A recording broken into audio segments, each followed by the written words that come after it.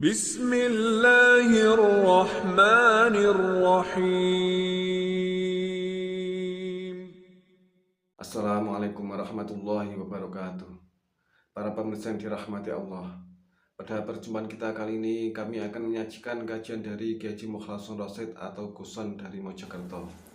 Marilah kita simak bersama. Assalamualaikum warahmatullahi wabarakatuh. Bismillah, alhamdulillah, la khawla wa la quwwata illa billah. Rabbi syrahli sadri wa yassirli amri wa hlul uqdatan min lisani yafqahu qawli. Qala Allah Ta'ala fi kitabil karim, a'udzu billahi minasyaitonir rajim, bismillahirrahmanirrahim.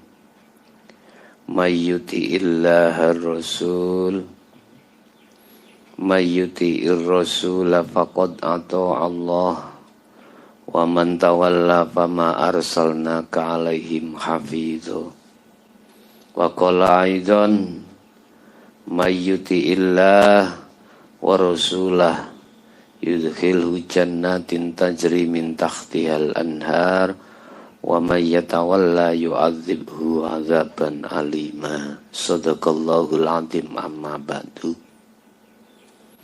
Bapak Ibu hadirin jemaah dimanapun Anda berada, alhamdulillah dalam kesempatan siang hari ini dalam acara kuliah siang tepat pada jam 1 siang kita masih diperkenankan untuk bertemu dan bermuajah. Mudah-mudahan apa pertemuan siang hari ini senantiasa disertai Allah hidayahnya sehingga menjadi satu ilmu yang bermanfaat bagi kita semuanya. Bapak Ibu hadirin sekalian yang kami hormati, untuk materi siang hari ini kami akan mencoba mengurai hikmah terhadap hati yang senantiasa berzikir pada Allah. Hikmah ketika saat hati senantiasa berzikir pada Allah. Apa yang kita petik, apa yang kita rasakan ketika hati senantiasa berzikir pada Allah, bukan lesan Bapak Ibu ya, hati. Di dalam zikirnya hati ada istilah sirun, ada istilah sirrul asror. Ini yang dimaksud. Sesuai apa yang telah didhawuhkan Allah dalam satu ayat, Muhammad, senantiasalah kau dikala waktu pagi, siang, sore, malam selalu berzikir padanya dengan zikir yang tidak ada batasnya. Bapak Ibu, Allah akan meletakkan warid dalam satu hamba, hati hamba, manakala hati hamba melaksanakan zikir yang kami maksud. Warid di situ ditugaskan Allah untuk mengusir seluruh penjajah-penjajahnya hati. Termasuk di dalamnya adalah sifat-sifat yang cela, sifat-sifat yang tercela, yang masuk di dalam nafsu nafsiyah. ini nanti warid akan mengusir seluruh sifat-sifat jelek. Satu sisi juga warid akan memberikan satu petunjuk terhadap hati seorang hamba yang seperti itu. Dengan mudah mereka berjalan menuju jalan fisabilillah, jalan untuk bertemu terhadap Allah Subhanahu wa ta'ala. Inilah Bapak Ibu maksud daripada zikir yang kami bahas pada siang hari ini. Ketika saat penjajahnya hati itu pada keluar, maka disitulah hati akan dipasang Allah yang disebut cahaya nurullah untuk cahaya makrifat pada Allah. Hamba yang demikianlah Bapak Ibu yang dimaksud Allah dalam satu suratnya, yaitu surat Al-Fatah, surat yang ke-48 ayat 17. Mayyuti'illaha wa rasulahu, barang siapa yang taat terhadap utusannya, taat terhadap Allah dan Rasulnya. Taat pada Allah berarti apa? Ya, hati selalu bermunajat mengikuti hukum-hukum ilahiyah. Hati, saya katakan hati karena pandangan hakikat itu bukan jasad tapi hati.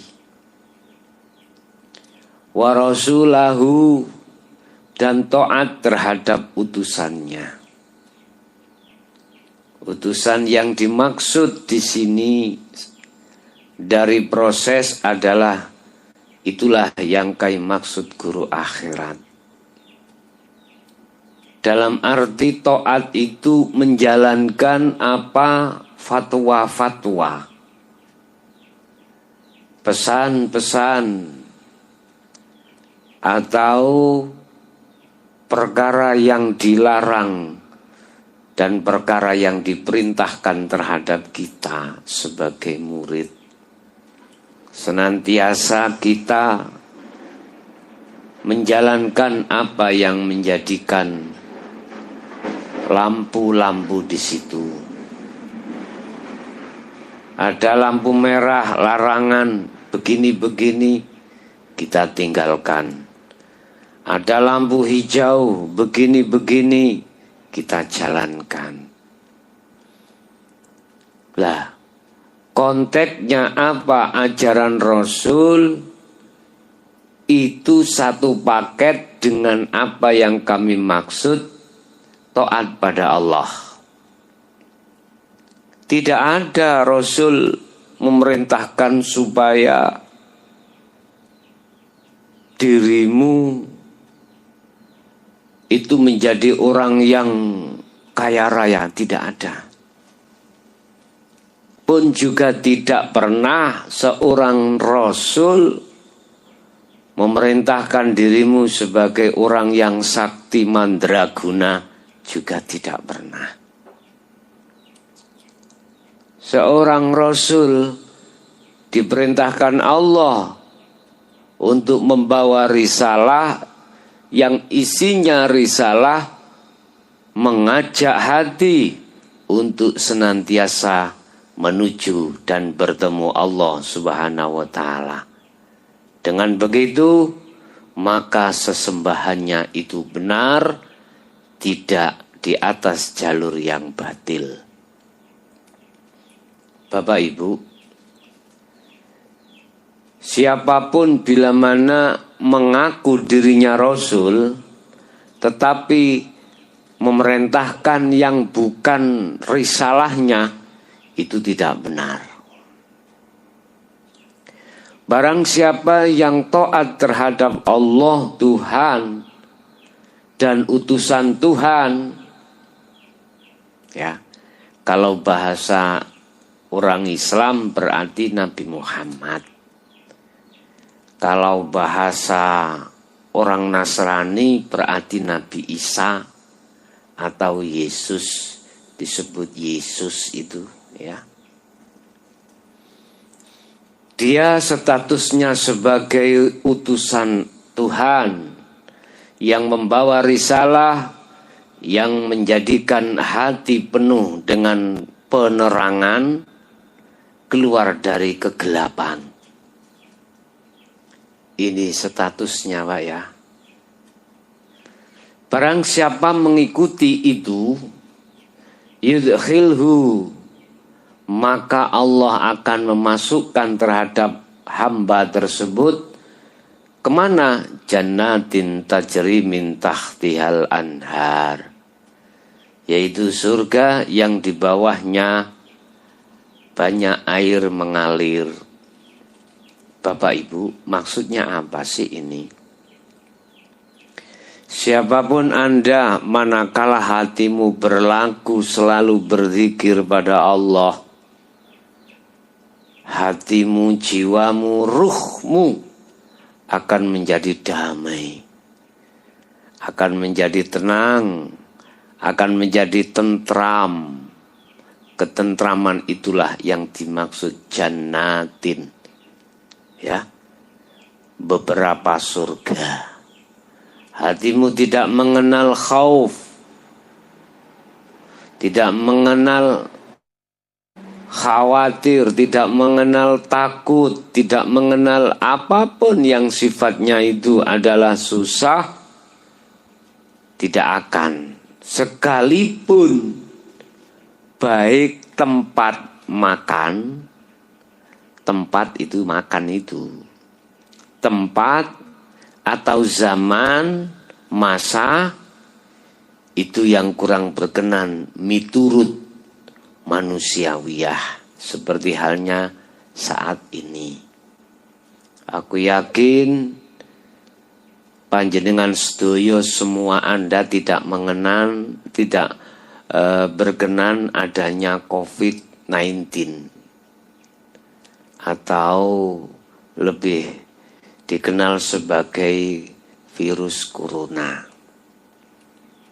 Tetapi bagi mereka hamba Allah yang senantiasa hatinya berzikir, tidak akan ngefek, tidak akan takut. Sekalipun istrinya pilek, istrinya greges, dia pun tidak akan meninggalkannya. Tetap dia peluk, tetap dia sayang. Begitu juga suaminya keadaan sakit, dia pun tidak akan goyah manakala hati selalu berzikir pada Allah Subhanahu wa taala.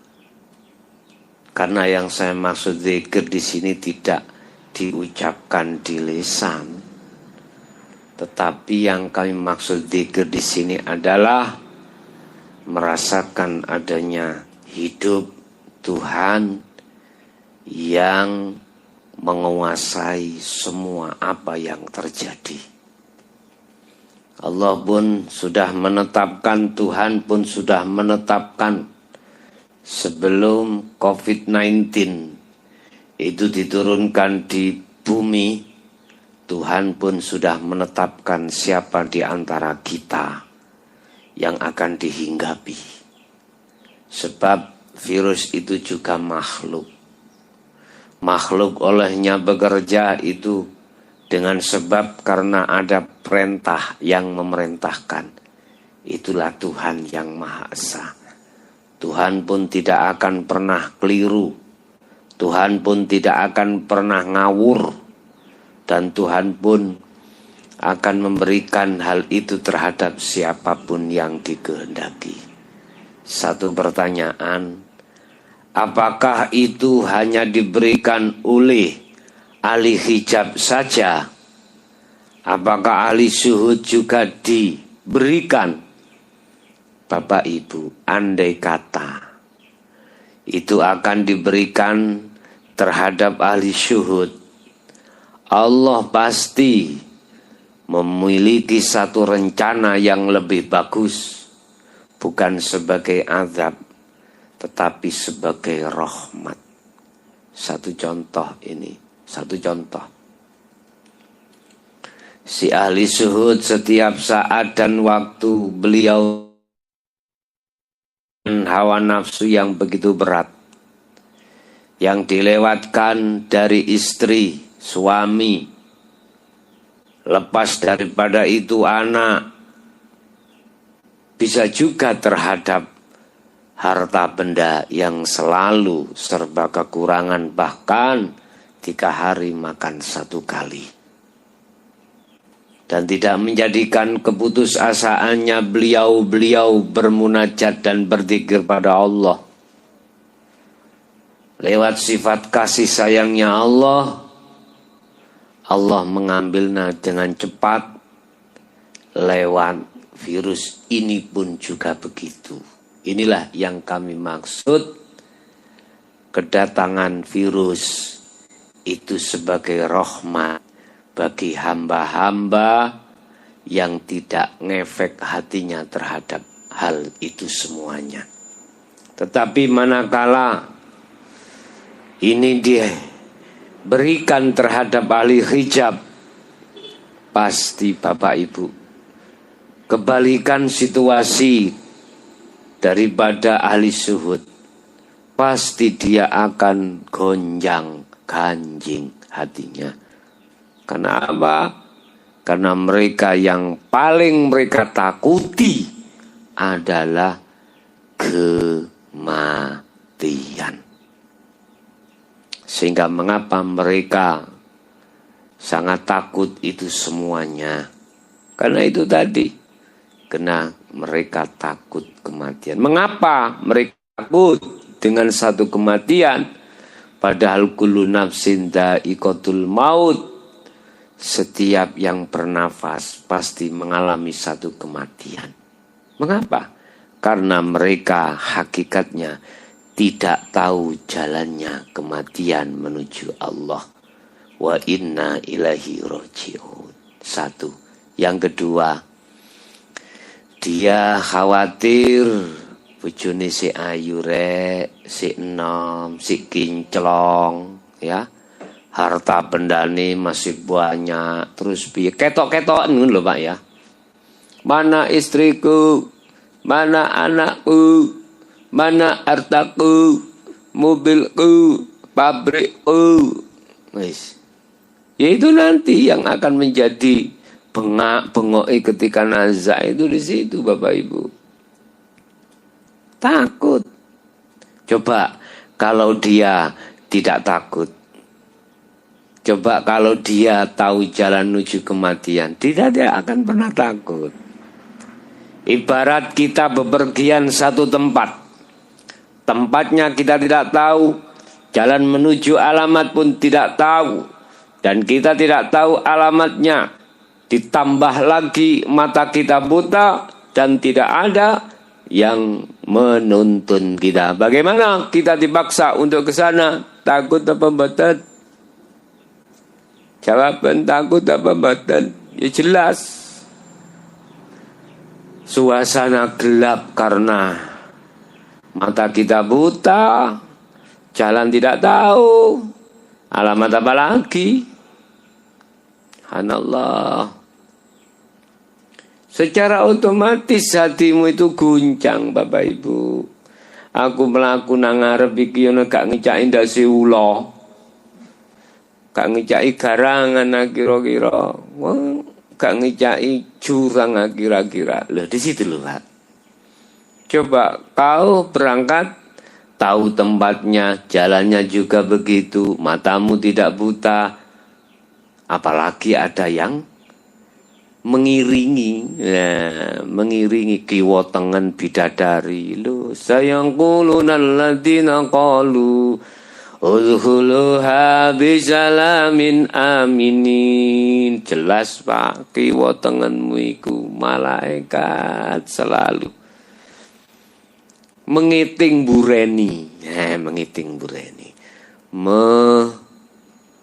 Mengiting apa? Mengikuti, membuntuti. Mengikuti burine. Mengikuti belakangan. Masa ngono. Ya wis terjemahno dhewe. Mengiringi, selalu mengiringi dia di belakangnya, mengiringi. Ka ono ning ngarepe, ning kiwa tengen burine. Ya gak wani ning ngarepean, Pak. Suladab. Mengiku kekasih Allah. Allah dawuh malaikat, jemputan kekasihku kae. Nah. Saya gulunalan podo dawuh alladzina nang kekasih-kekasih mang qalu podo ngucap sapa malaikat udkhuluha monggo jenengan mlebet monggo daharane pun siap ya, coba jenengan nek mertamu nang ngene siji rumahnya orang, terus yang punya rumah, monggo, pangestu, monggo saya melepet, mudaharane pun disiapin. Udkhuluha bisalamin aminin, masukmu iku dengan keadaan aman, Pak. Gak ono sing dikhawatirkan. Jadi malaikat menyambut dikongkon mlebu ing jero iku ya nek umpama digambarno cara basa donya. Iku nu di situ itu ada bidadari yang roke cekak-cekak, Pak. Begitu sampean mlebu langsung ilere tlenong. Makanya didhawuhne kalau seorang hamba kekasih iku meninggal dunia, lekas makamkan. Karena apa? Jadi gak boleh dilama-lamain karena dia lekas pingin jumpa sang kekasih. Jenengan mawon pada waktu pacaran ya semayan mening bengi ra iso turu. Bengi gak bisa tidur. Kapan ndang teko, kapan ndang esuk wis nang kate ketemu kekasih, iki padha menungsone padahal. Padha nek awak dhewe arep budal mancing lho Pak, bengi wis budal jam pira? Jam 3. Wis. Bengi ora sak turu kok. Ndang nang lokasi ndang setrek ngono. Padha jane ngono wis kadoh. Malaikat pada menjemput disuruh Allah, malaikat ya, monggo Tuhan jemputan kekasih-kekasihku kae. Udah. Sampai sebagian kaul dikatakan ketika saat sakaratul mautnya kekasih Allah, malaikat kongkon nyisih minggir tak jabuti dewi. Allah ngaten. Tak jabuti iki ada satu makalah seperti itu. Tapi nek sing mati ku mang ahli hijab. Gusti Allah malah malaikat ocok-ocoken ngono. Bahasane Jawa ngoten. Disiksa. Makanya ada 2 momen orang meninggal. Ketika dia meninggal, dia itu didatangi seorang yang menyeramkan. Sampak wedi mecicil ana wong mati sampak meci saking wedine nguasi iku. Ada orang yang meninggal momennya senyum. Karena yang dilihat, yang metuis dirinya, menemui dirinya itu malaikat yang memang diutus Allah. Malaikat itu menyenangkan hati. Siapa mereka yang mengalami momen seperti itu Bapak Ibu? Adalah kekasih Allah, termasuk di dalamnya syuhada wassalihin. Itu Pak ya. Senyum, aja heran senyum. Urusan rogo ancur apa gak itu bukan bahasan. Bukan, ya. Jadi mereka yang menjadi kekasih Allah itulah ketika saat di dunia menghadapi situasi apapun tidak ngefek, itu maksudnya jannatin tajri min tahtihal anhar. Tapi wa may yatawalla yu'adzibhu adzaban aliman. Sedangkan orang yang menentang terhadap ajaran Rasul untuk menuju nang Allah, yu'adzibhu, mongko bakal nyiksa sapa Allahu ingman, azaban kelawan siksa, aliman kang amat, siksa kang pedih. Ning dunya lho wis ditontok, Pak. Bisa dilihat sudah. Ngadepi corona bingung. Iki kok gak kena aku ah. Engko ya apa aku nek mati. Bojoku sik menos-menos, sik semlohe. Anakku sik cilik-cilik. Penggawe aku, hartaku, lho ngoten, Pak. Akhirnya kebingungan, imunnya turun, akhirnya mudah keserang penyakit. Nah, iku mereka yang menolak, menentang ajaran Rasul. Dalam satu ayat lain, surat An-Nisa, surat yang keempat, ayat 80. A'udzubillahi minasyaitonirrajim. Mayyuti'ir rasulah faqad ata Allah wa man tawalla fama arsalnaka alaihim hafidho. Barang siapa yang taat terhadap ajaran Rasul, ya faqat atau Allah, maka mereka dikatakan betul-betul taat pada Allah. Yang perlu saya tanyakan, ajaran Rasul itu ajaran yang bagaimana sih? Ajaran Rasul itu yang ajaran bagaimana? Mungkin besok akan kami bahas terkait asli nih ajaran Rasul itu bagaimana. Kita kan mengkatanya. Sampai sekarang katanya dari mana? Dari rawi, diriwayatkan hadis, katanya dari Al-Quran, katanya. Masih di dalam Injil juga begitu. Sekarang katanya. Aslinya yang bagaimana? Ya besok akan kita bahas lebih luas terkait masalah ajaran Rasul itu aslinya yang bagaimana sih? Ini Anda kalau tidak mau membuka Al-Quranul Qadim tidak akan ketemu Bapak Ibu. Mungkin hanya satu saja secara singkat saya katakan. Ajaran Rasul itu ajaran yang hanya mengajak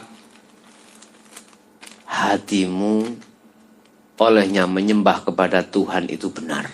Udah. Iki yang bagaimana ini? Nanti secara luas besok bisa kita bahas secara mendetail. Barang siapa yang taat terhadap ajaran Rasul, ya faqat atau Allah, maka mereka dikatakan taat pada Allah. Sebab lewat ajaran Rasul itulah yang akan mendidik hatimu untuk benar berjalan di atas rel fi sabilillah, tidak menuju terhadap nafsu, menuju pada Allah. Wa man tawalla fama arsalnaka alaihim hafizho. Barang siapa yang mengingkari atau menentang terhadap ajaran Rasul, maka otomatis dia dikatakan orang yang tidak taat pada Allah. Orang yang tidak taat terhadap Allah adalah orang yang, mohon maaf, yang tidak mau lagi menghayati, mengevaluasi keadaan hati atau ruh yang nantinya kembali kepada Allah Subhanahu wa taala. Kalau seperti ini, ya fama arsalnaka alaihim hafidho, maka di situ mereka tidak akan pernah bisa mendapatkan penjagaan, ya, penjagaan, atau tidak akan pernah mendapat syafaat baik di dunia ataupun lebih-lebih di akhirat. Fama arsalnaka, mereka pun tidak diberikan satu utusan untuk menjaga dirinya. Artinya secara tidak langsung adanya guru-guru kita akhirat memberikan ajaran-ajaran Allah itu secara tidak langsung beliau telah menjaga kita. Sekali lagi, adanya beliau mengajarkan ajaran-ajaran Allah supaya bisa taat hati pada Allah dengan sebenar-benarnya, itu secara tidak langsung menjaga kita. Wa man tawalla fama arsalnaka alaihim hafidho. Mereka yang menolak tentang ajaran ini pasti tidak akan diberikan satu penjagaan terhadap dirinya, baik di dunia maupun di akhirat. Di dunia hatimu dicarki Gusti Allah, selalu menjadi teman akrab nafsu atau setan, dan juga Allah membiarkan terhadap setan untuk menyesatkan mereka tersebut. Bapak Ibu hadirin, hikmah daripada hati selalu berzikir pada Allah di situ tadi. Tidak hanya sisi manfaat di dunia saja, tetapi juga di akhirat. Di dunia sudah kelihatan, jiwamu akan damai, sebab selalu bertemu kekasihmu, yaitu Allah Subhanahu wa ta'ala. Kekasih manusia semakin lama semakin kewut, semakin tuwek, sing ayu semakin nyaprut. Umur 80-90 ya diwasi ya mburokno, ya. Apalagi dirimu terpengaruh dengan situasi, wah tambah susah. Tetapi coba, kalau yang kau jadikan hatimu adalah Allah sebagai kekasihnya, wal akhirutu khairu wa abqa, kekal selama-lamanya. Beliau tidak pernah khianat, beliau tidak pernah ingkar janji, beliau selalu mengatakan apa yang dia katakan. A ya A, B ya B. Ibaratin jenengan tumbas iwak petik kampung, beli ayam kampung, yang diberikan itu ayam kampung, bukan ayam kampus, ya, ayam kampung. Bukan yang diberikan ayam potong, tapi ayam kampung. Saya ibaratkan seperti itu. Itulah Bapak Ibu hadirin apa yang bisa kami sampaikan berkenaan dengan hikmah manakala hati senantiasa berzikir pada Allah. Semoga bermanfaat. Kurang lebihnya barangkali ada kalimat yang kurang berkenan, saya sendiri secara pribadi mohon maaf yang sebesar-besarnya. Akhirul kalam, ihdinas siratal mustaqim. Assalamualaikum warahmatullahi wabarakatuh.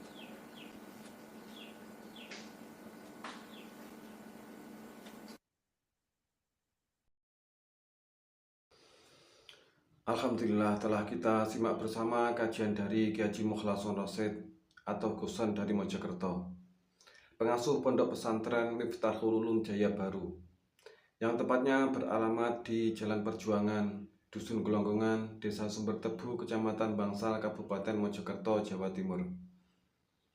Beliau menekankan pendidikan holistik yang fokus pada ilmu tauhid dan tasawuf. Beliau adalah sosok gambaran ulama muda yang mampu menjembatani nilai-nilai keislaman tradisional dengan pendekatan modern. Beliau mengajak pendengarnya untuk tidak hanya memahami Islam secara tekstual saja, tetapi juga memahami maknanya secara spiritual. Beliau menekankan pentingnya mempelajari Islam secara mendalam, tidak hanya aspek lahiriah saja, tetapi juga batiniah. Semoga kajian-kajian dari beliau bisa kita petik manfaat dan hikmahnya, sehingga bisa membawa keberkahan kepada kita di dunia dan akhirat. Amin ya rabbal alamin. Akhirul kalam, wassalamualaikum warahmatullahi wabarakatuh.